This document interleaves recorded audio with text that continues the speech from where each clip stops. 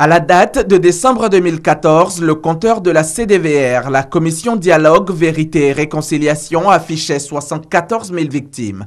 Combien sont-elles ailleurs, dans les autres structures et ministères qui ont pu les recenser? Qu'en est-il pour ces victimes qui n'existent nullement dans aucun autre fichier?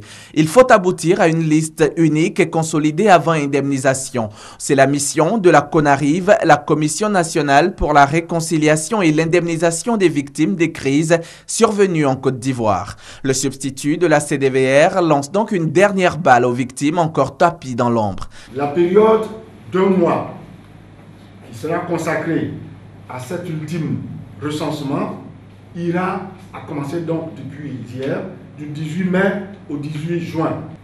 Les victimes devront se rendre dans les préfectures des régions ou les mairies pour s'inscrire auprès des agents chargés de les recevoir, de les écouter et de les enregistrer. Une fois ce palier atteint, la CONARIV classera les victimes en fonction de la nature ou de la gravité des préjudices subis avant évaluation et réparation.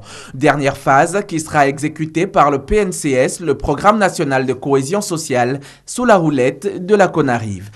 Il faudrait concevoir un système de telle sorte que celui qui est payé, voilà, ses empreintes soient prises, en tout cas des dispositions, comme on dit, biométriques, soient prises pour ne pas que la personne aille se faire payer. Sont concernées par cet ultime recensement les victimes des crises allant de 1990 à 2011. La CONARIV, à la différence de la CDVR, n'a aucune durée de vie, eu égard à l'ordonnance de sa création.